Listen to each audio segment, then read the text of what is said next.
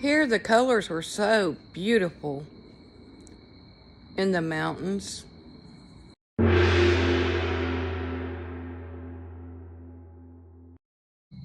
And here's a look at Bridal Veil Falls. It's a pretty neat place. It has a lot of history. Read up on it. It's pretty cool.